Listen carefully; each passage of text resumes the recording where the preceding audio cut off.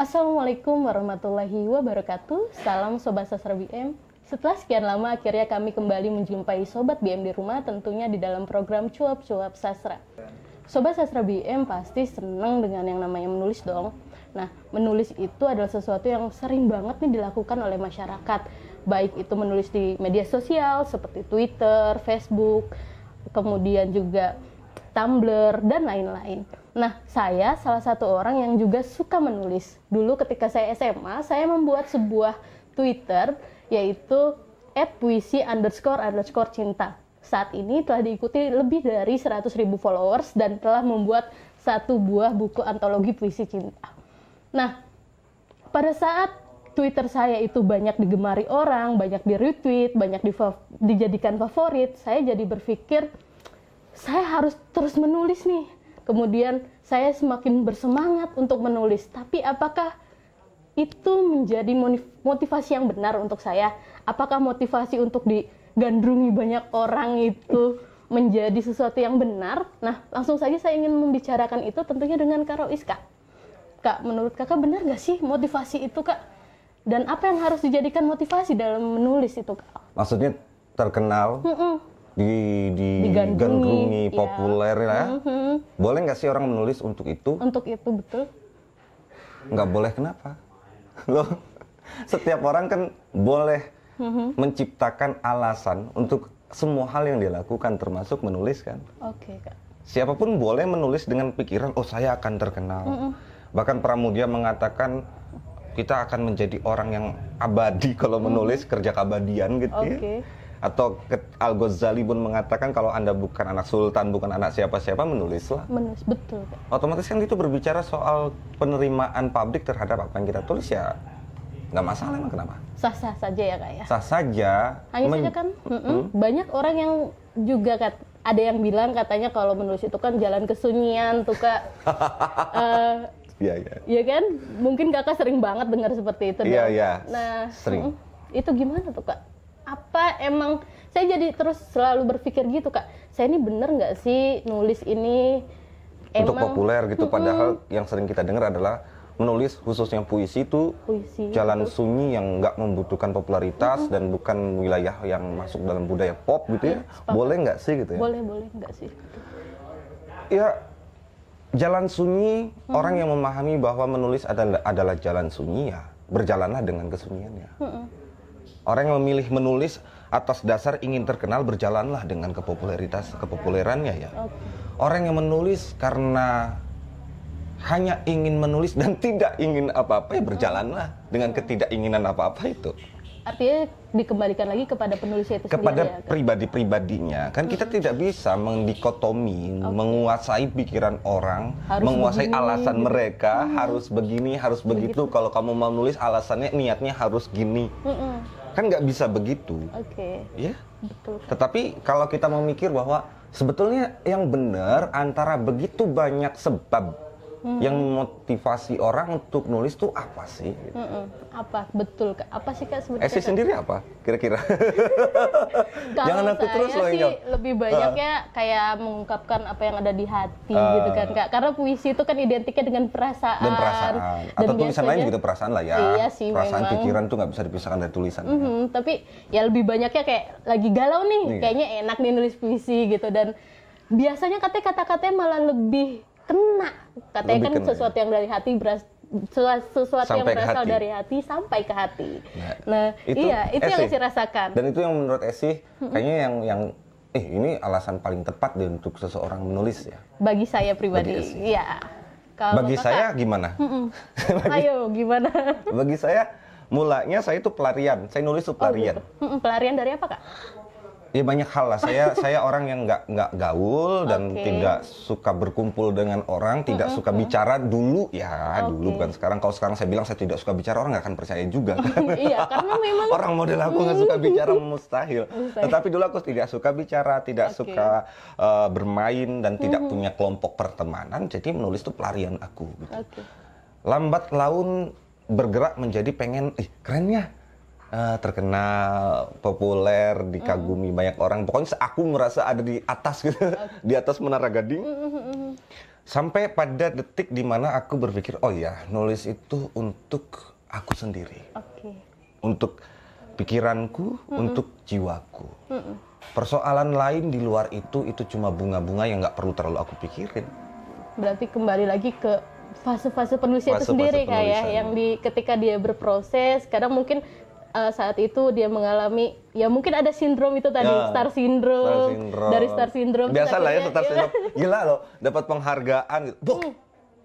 Muhammad Keren. Rais Rinaldi dapat penghargaan anugerah bla bla bla. Wah, Asia Tenggara lagi ya. Tapi lama-lama kan, apaan sih gitu. Betul.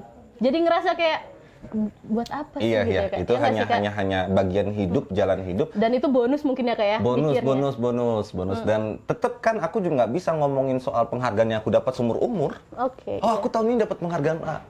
Hidup aku tuh hari ini dan masa depan. Dan aku tuh nggak mau juga ngedongengin itu ke siapapun, sedangkan waktu ini udah berlalu. Iya. Nanti aku malah jadi nggak berkembang dalam dunia penulisan, apalagi aku berpikir bahwa menulis itu untuk pikiranku, untuk jiwaku. Pikirannya gimana? Pikiran yang lebih matang, jiwa yang lebih matang. Wah, Yang galau-galau banget, yang kan ada orang nulis yang galau tuh sih. iya. Termasuk ya sih? Iya tak? yang galau-galau, boleh nggak sih gitu? Iya. Boleh nggak orang nulis karena kegalauan, marah, ngamuk, muntah di situ? Ya malah itu kayaknya obat loh, Kak, kalau menurut Esi. Nah, Bisa jadi obat bisa ketika... jadi obat. Kita kan nggak bisa juga nuntut, itu nulisnya nggak serius, dia mah cuma buat pelarian aja, dia mau buat terapi dia aja. Dia tuh nggak layak disebut penulis, ya terserah nggak apa-apa.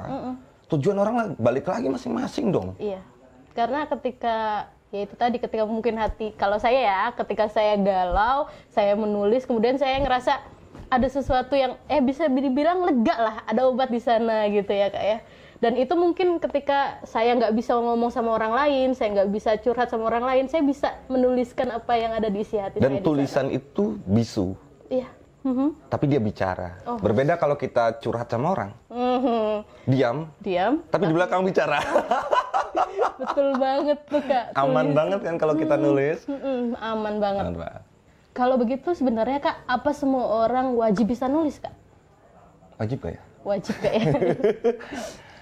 Nulis itu, ya pertama nulis itu bukan soal kita bisa menyusun kata, bukan menyusun huruf-huruf ketemu kata, Iya. bukan menyusun kata menjadi kalimat. kalimat saja, tetapi kan nulis itu adalah kemampuan menggabungkan begitu banyak hal yang kompleks menjadi satu kesatuan tulisan yang dapat dipahami orang, atau tidak dipahami orang tetapi memang dia memiliki maksud yang kuat. Oke.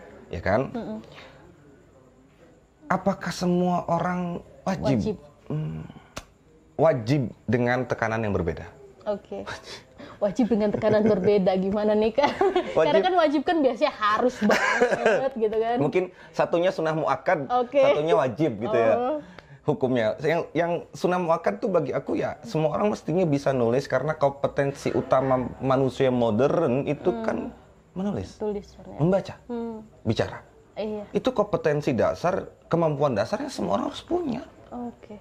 Apa alasan orang untuk mengatakan saya nggak perlu belajar nulis, sementara kita itu hidup jauh sekali ribuan tahun dari masa prasejarah. Sementara prasejarah itu kan ditandai dengan ada, tidak adanya tulisan. Kita sudah ribuan tahun dari itu masih nggak bisa nulis. Bukan nulis angka di bon utang ya. Ini beda lagi. Itu hal lain. Tapi ini nulis sesuatu yang memang menyampaikan pikiran, menyampaikan perasaan, Dan mungkin bisa bermanfaat untuk untuk orang lain. Untuk dirinya dulu deh. Iya, terutama dirinya sendiri. Kenapa semua orang perlu memiliki kemampuan nulis? Sederhana. Mahasiswa bikin makalah harus bisa bikin makalah sendiri, jangan sampai nyolong di internet. Betul. Oke? Oke. Sarjana jangan sampai skripsinya bayar 40 juta, tesis 100 juta. Ya kan? Iya, betul, Kak. Kenapa? Karena tidak mempunyai kemampuan nulis. Ibu-ibu harus bisa nulis agar dia bisa menyampaikan sesuatu yang baik kepada anaknya di zaman modern. Komunikasi sekarang ini udah komunikasi kebendaan loh. WhatsApp gitu kan. Iya. Salah ngomong, salah tulisan, bisa salah paham. Betul, Ya Kak. kan? Karena bahasa tulisan itu juga Betul, kan kan? ya, Kak. Belum lagi itu juga memengaruhi pola bahasa komunikasi kita. sehari-hari. Semakin kuat kita menulis, semakin baik kita menguasai bahasa sehari-hari, verbal sehari-hari. Itu penting banget. Untuk insinyur apapun, sekarang sarjana teknik ya. Teknik apapun, dia harus bisa menulis agar dia juga bisa menyusun penemuan. Ingat Albert Einstein menulis. Makanya dia menjadi penemu yang sangat kuat pada zamannya, bahkan hingga saat ini. Artinya itu tadi ya Kak ya, menulis itu penting, semua orang penting. Untuk mempunyai kemampuan itu. Iya, karena menulis itu menunjang dirinya dimanapun, mau orang matematika, mau orang fisika, mau orang seni, mau orang apapun, menulis itu penting. Ini zaman modern, zaman dimana kita mengenal tulisan, dan apalagi di masa depan, kita nggak pernah tahu akan jadi seperti apa tulisan itu. Kebutuhannya loh. Sepakat Kak. Kan sejarawan nggak bisa disebut sejarawan kalau nggak nulis kayaknya. Iya. Paling guru sejarah, gitu kan. Tapi juga tetap harus menulis itu Kak. Harus nulis. Guru-guru nulis silabusnya. Iya, Mohon kan? maaf, kopas-kopas. Oh gitu Kak? Banyak yang kopas, tidak semua. Tapi banyak yang salin tempel. Itu kan soal juga. Iya. Kenapa kita nggak belajar nulis? Kenapa kita nggak menyadari itu bahwa kita memang perlu loh. Iya. Dan memang kemampuan untuk menulis itu semua orang Iya, bisa. ini kita udah modern. Iya, maksudnya nggak gitu loh Kak. Semua orang itu bisa menulis. Bisa. Iya kan? Asal jangan males. Nah itu. Nah ini tahap yang tadi sunnah muakkad. Untuk sunnah muakkad, tetapi untuk yang wajibnya adalah baru kita berbicara penulis profesional.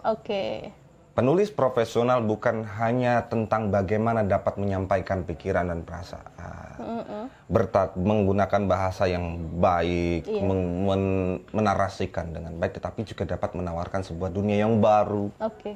Menawarkan temuan-temuan bahasa, memberikan pengaruh besar terhadap perkembangan bahasa, pemikiran, dan pewacanaan. Baru kita berbicara, ini yang sangat wajib. Bukan sunnah muakkad lagi kemampuannya. Orang yang mengaku sebagai penulis profesional harus memiliki kegelisahan untuk sampai pada tahap memberi kebaruan, menawarkan sesuatu pada kebahasaan, dan juga tentu peradaban. Nah ini mungkin pertentangan tadi tuh. Aku tuh cuma pengen terkenal aja, nge-tweet, nge-Instagram. Kemarin-kemarin kan ribut orang. Yang Instagram, cinta, jutaan orang ngikut. Iya betul Kak. Puisi-puisi yang bagus, malah siapa yang suka gitu. Nah saya bilang itu udah tabiat zaman, gak ada masalah. Orang di Instagram, orang di Twitter itu memenuhi ruangnya sendiri-sendiri. Nah orang-orang sunyi juga ada di ruang-ruang sunyi itu sendiri. Kan nggak bisa. Orang-orang yang ada di Instagram itu disuruh masuk ke dalam ruang sunyi nggak betah. Orang sunyi masuk ke dalam ruang-ruang popularitas itu bisa stres juga. Nah inilah satu konsep keseimbangan antar satu ruang ke ruang yang lain, terlepas dari pertentangan ideal tidak idealnya. Jangan-jangan kita di dunia ini nggak ideal kalau semuanya benar loh. Jangan-jangan. Bisa jadi. Bisa jadi. Gitu. Walaupun saya tidak mengatakan yang salah perlu dilanggengkan, enggak. Baik Kak. Berarti nih Kak, kayak Esi nih yang suka menulis di Twitter, boleh dong mengembangkan tulisannya. Followers. Iya dong. Maaf sombong. Jadi Esi yang suka menulis di Twitter, mengembangkan tulisannya di Twitter, kemudian mungkin teman-teman yang di Instagram mengembangkan tulisannya di Instagram, begitu pun yang suka di Tumblr mengembangkan tulisannya di Tumblr, itu boleh ya Kak ya. Dengan tapi bisa nggak sih mereka jadi Esi dan mereka bisa jadi penulis yang profesional Kak? Profesional dalam pengertian penulis yang tadi harus menawarkan begitu banyak hal itu. Bisa. Harus. Semuanya kan balik lagi pada tahap kesadaran ya sih. Orang kan tidak bisa ditarik dari bawah langsung ke atas. Kita maki-maki, woi lu salah gitu, nggak bisa. Semua pada prosesnya dan kehendaknya. Kalau memang orang itu tidak pengen kemana-mana, cuma pengen di ruang itu saja bersenang-senang mendapatkan popularitas, is okay. Masalah dia di sana. Tetapi pada tahap tertentu ketika seseorang menyadari, oh harusnya gue tuh nggak cuma seneng-seneng. Gue tuh mestinya sampai pada tahap yang lebih, yang bisa berpengaruh terhadap pemikiran masyarakat, bahkan menguasai pikiran dunia. Itu kan kesadaran. Ibarat hidayah tergantung pertolongan Allah. Berat nih. Ya, ibarat konsep hidayah kayak itu tuh hak prerogatif Allah untuk membuat orang menyadari sesuatu atau tidak menyadari sesuatu. Jadi artinya dari mau dulu ya Kak ya? Mau kemudian mungkin ya dari hal-hal yang telah dilaluinya. Dan kita nggak perlu maksa. Kita nggak perlu maksa. Aku juga termasuk dari yang iseng-iseng kan. Gitu. Tiba-tiba aku berpikir kok aku harus bertanggung jawab. Nah, ketika aku berpikir aku harus bertanggung jawab, itulah aku mulai mendalami begitu banyak hal tentang penulisan. Gila aku merasa mendalami penulisan itu. Aku merasa tidak pernah puas dengan tulisanku dan tidak pernah merasa bahagia dengan apa yang aku tulis. Pokoknya haus. Bahkan aku meninggalkan tulisan-tulisan yang bakal disukai banyak orang. Aku meninggalkan, aku nggak peduli dengan orang suka orang enggak. Kenapa, Kak?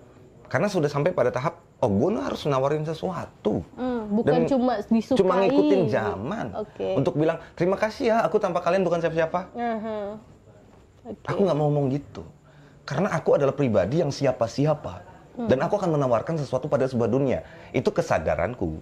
Bahwa yang tidak begitu, yang bersenang-senang aja bikin puisi-puisi di Instagram, Twitter, dan sebagainya, itu hak mereka.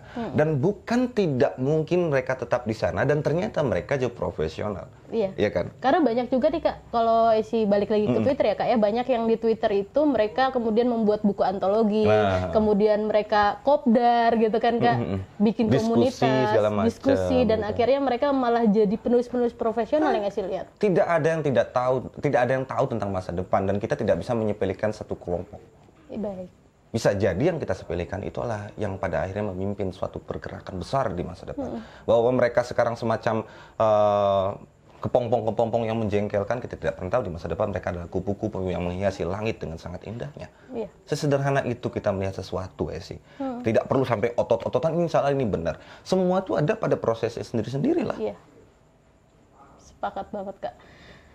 Terima kasih banyak Kak, Esi sangat tercerahkan hari ini. Cerah. Iya dong, secerah wajahnya Kak Rois tentu ya. Oh maaf. Terus terakhir nih Kak. Oke. Hal terbaik apa sih yang ingin Kakak sampaikan kepada teman-teman sobat Sastra BM di rumah? Setiap orang itu punya pikirannya sendiri mengapa seseorang melakukan sesuatu. Banyak orang menulis disebabkan begitu banyak hal. Yang antar satu dengan yang lain tidaklah sama. Dan memang tidak perlu sama. Pada perkembangannya juga berbeda-beda. Itu tergantung dari pengetahuan, pengalaman, kesadaran, dan sebagainya. Semua itu adalah satu bagian tidak terpisahkan dalam sebuah dunia yang kita sebut sebagai dunia kepenulisan. Kegelisahan banyak penulis pro yang mempertanyakan keseriusan para penulis yang disebut ecek-ecek di kalangan media sosial, atau yang seperti dulu pernah dikatakan oleh Ahmadun Yossi Irfanda sebagai tong sampah. Kita juga tidak bisa mempertemukan dua hal ini sebagai yang berhadapan-hadapan. Tetapi dua hal ini satu sama lain mempengaruhi. Yang pro berpikir agar dapat merangkul yang bagi mereka tidak pro ini, agar lebih memahami apa itu penulisan, yang di medsos yang dianggap ya ecek-ecek, itu dapat tetap ada di tempatnya dan menerima apa yang orang pro ini inginkan. Disitulah ada kolaborasi. Jadi aku sih nggak terlalu suka membandingkan satu dengan yang lainnya itu. Dan pada akhirnya kolaborasi antara yang pro dengan yang ecek-ecek itu bisa menghasilkan sesuatu yang lebih lagi. Ya itulah dunia. Ada daya kejut, ada goyangan, ada macam-macam. Kalau pengen datar-datar saja ya bukan dunia. Kita bukan turunan Adam yang turun ke bumi kalau begitu. Jadi banyak alasan, termasuk juga terapi itu ya. Banyak orang nulis itu buat terapi. Tiba-tiba orang lagi nulis dengan tujuan terapi dimaki-maki secara teknis. Lebih gila lagi, dia lebih stres lagi. Itu hati-hati teman-teman untuk memahami bahwa setiap orang memiliki alasan sendiri untuk menulis, dan tidak perlu kita memaksakan seseorang berpikir sebagaimana kita berpikir.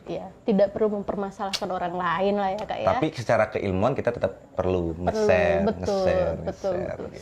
Sepakat Kak. Sobat Sastra BM, itulah tadi perbincangan hangat saya dengan Kak Rois. Nantikan perbincangan hangat kami lainnya, dan kalau ingin atau kalau ada yang ingin ditanyakan oleh Sobat Sastra BM di rumah, boleh loh komen. Atau berwacana ya. Berwacana. Boleh komen ya Kak. Boleh dibantah. Boleh dibantah. Boleh betul. Ngamuk di situ. Boleh. Komentar. Kami baik hati kok menerima amukan. Dan nanti pasti kami akan coba untuk mengulas ya Kak ya. Mengulas. Terima kasih Sobat BM. Jangan lupa untuk like, comment, subscribe, and share BM TV. Salam berkarya dan berbagi inspirasi. Wassalamualaikum warahmatullahi wabarakatuh. Dunia manusia itu majemuk. Ingin jadi satu kesatuan pemikiran mustahil. Baik Kak. Bye.